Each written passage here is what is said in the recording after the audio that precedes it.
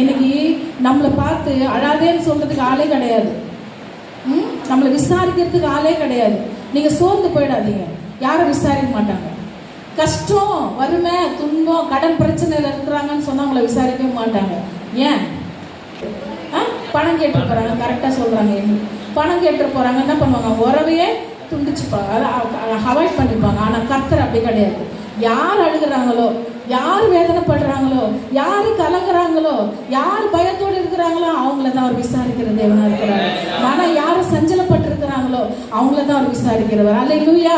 அவரை தேடி ஓடி வருகிற தேவன் நம் தேவன். ஆமென், ஆமென். அதனால எதை குறிச்சு கலங்காதீங்க. அந்த தாய் அந்த மகனுக்காக அழுகும் போது அவர் விசாரிக்கிறவரா இருந்தார். 1 பேதுரு 5ஆம் அதிகாரம் எல்லாம் மனப்பாடமா சொல்லலாம். இதை அவர் உங்களை விசாரிக்கிறானபடியால் உங்கள் கவலைகள் எல்லாம் அவர் மேல் வைத்து விடுங்கள். ஹல்லேலூயா. அப்போ அவர் நம்மளை விசாரிக்கிறவர், அவர் நம்மை விசாரிக்கிறவர். மிச்சம் யாருமே நம்மளை விசாரிக்க மாட்டாங்க. இவங்க விசாரிக்கல, அவங்க என்ன விசாரிக்கல, அவங்க உதவி செய்யல.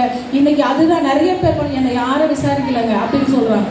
ஆனா விசாரிக்க மாட்டாங்க. ஏன்னா உலகம் கடைசி காலன்றதுனால அன்பு தனிஞ்சு போயிடுச்சு.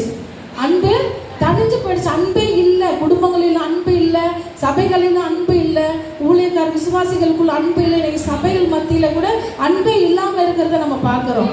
ஏன்னா வேத வசனம் நிறைவேறி கொண்டிருக்கிறது.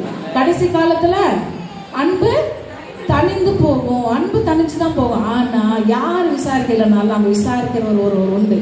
ஹல்லேலூயா, ஹல்லேலூயா. அவர் நம்ம விசாரிக்கிறாடினால நீ என்ன பண்ணுங்க, கவலையெல்லாம் அவர் மேல வச்சிருங்க. கவலையெல்லாம் நம்ம மேல. இன்னைக்கு ஆண்டவருக்கு சபைக்கு வந்து கூட கவலைகள் எல்லாம் அவங்களே வச்சு சுமந்து அப்படியே போறதுனாலதான் ஒரு மாற்றமும் வாழ்க்கையில இல்லை. ஹல்லேலூயா.